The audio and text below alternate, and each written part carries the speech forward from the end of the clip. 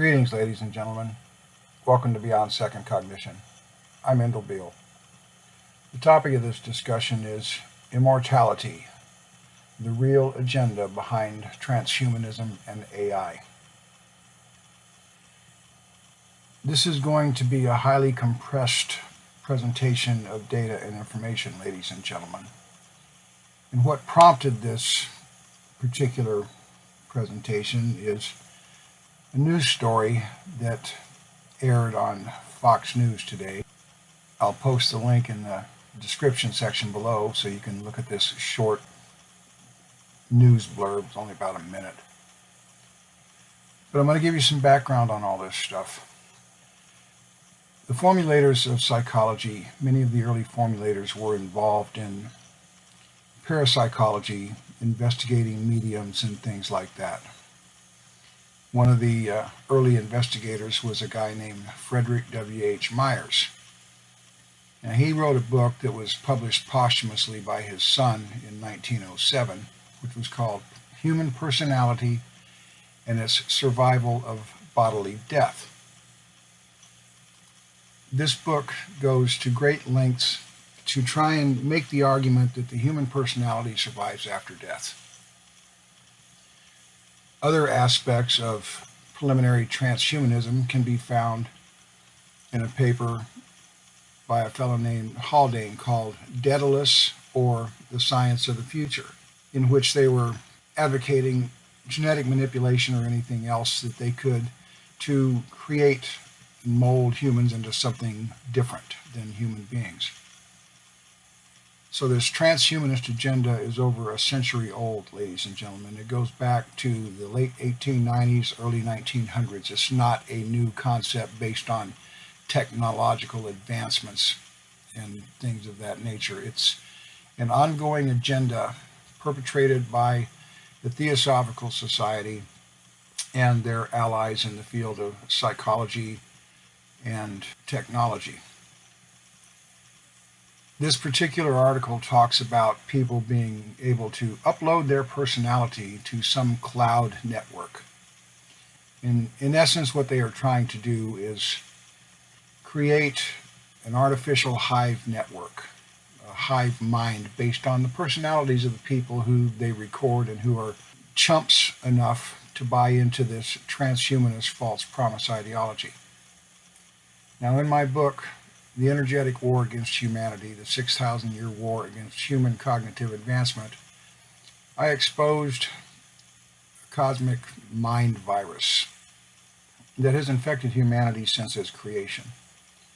This book covers this virus in depth, and I have written subsequent books that further expands on what was presented in that book. So the hive mind started with a virus. And here we have Earth elitists trying to replicate a hive mind through this cloud network that they're peddling as reported in this report. Now, this cosmic hive mind virus has been destroyed. It's been gone since November 2016. All that's left now for humanity to do is rid itself of the residual infectious symptoms of the virus, which is what our work seeks to teach people how to do, so they can become human rather than mind-controlled robots. And yet, with this news report, this is what the transhumanists are trying to do. Now, going back to Myers' work, this is what the focus is. I'm going to paint an ugly picture here, ladies and gentlemen, and I want you to be wise enough to listen to this presentation and contemplate it. Before you write it off into woo-woo nonsense, you can't escape from what they're promoting in this mainstream news publication, this article posted in the description section. Humanity on this planet is intimately aware of a controlling elite. A goodly percentage of the population is starting to wake up to the tyranny by the manipulators. They'll say, well, it's the Rothschilds, or it's the Jews, or it's the Freemasons, or whoever. They're getting part of the picture. Okay, so everything they're receiving should not be discounted out of hand, although the picture is bigger and uglier than what they actually perceive. This agenda to make the human personality survive is what these elitists want. And they're well on the road to making this happen through the cell phone addiction that's already occurred. They have created a technological dependency to where some people can't even get up in the morning without checking their cell phone before they go to the bathroom. Everybody is so dependent on this technology, and I'm sure that somehow or another down the road they're going to say, oh, tired of leaving your cell phone at home? Well, plug this little implant into your brain and you can tap into the network and you have everything all right there in your head. So the cell phone technology and the cell phone addiction is laying the foundation for this addiction to technology.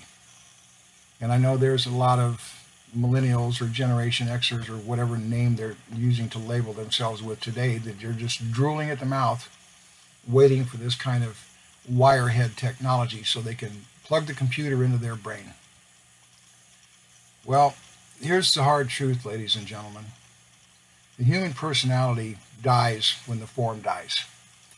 If you load all of your memories or whatever you carry, you think is your personality, into a machine framework, a cloud framework, it's going to stop when you stop. Whatever remnants of your consciousness, and this is no different than the cosmic mind virus and the problems that it had, when the form stops functioning, when the body dies, so does the personality. It can never continue onward because there's no body to have it continue onward.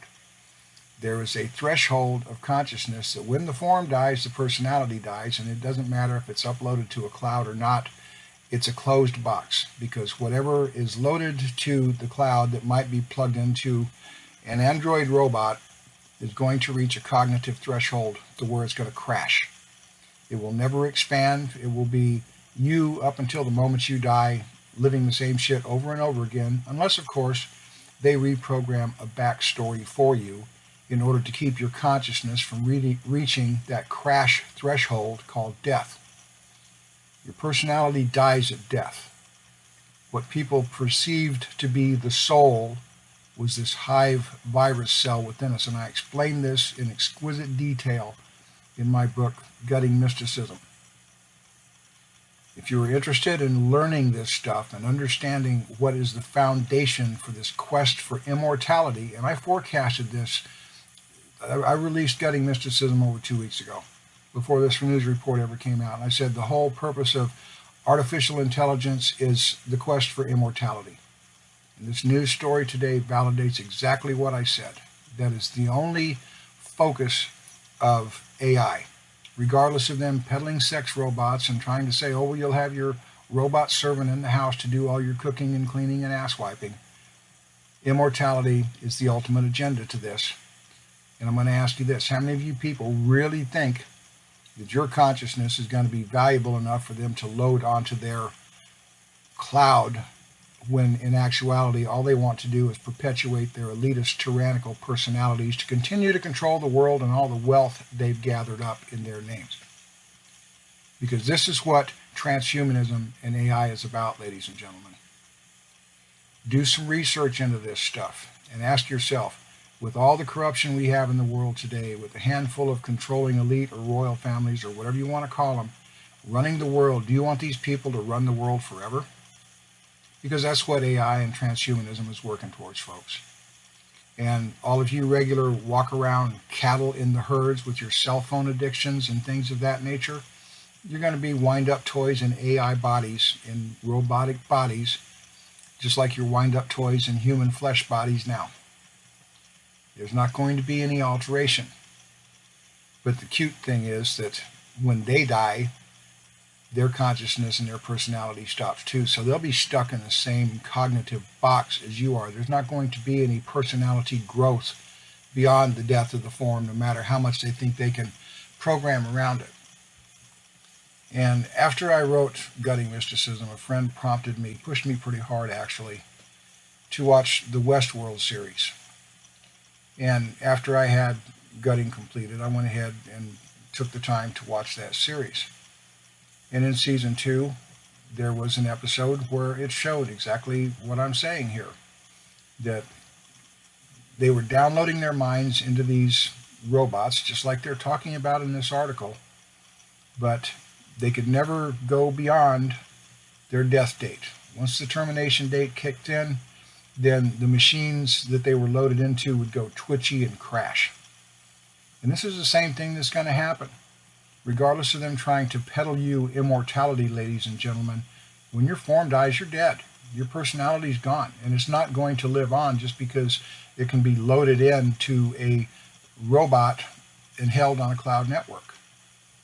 You're not going to be you forever. You may think, well, I'm going to load my consciousness into a machine. Well, fine, but your personality is going to be dead when your form dies. End of story. And if you think that a robotic afterlife living in a box with a sealed lid called death is going to put a stamp on your advancement or your conscious advancement, you're wrong.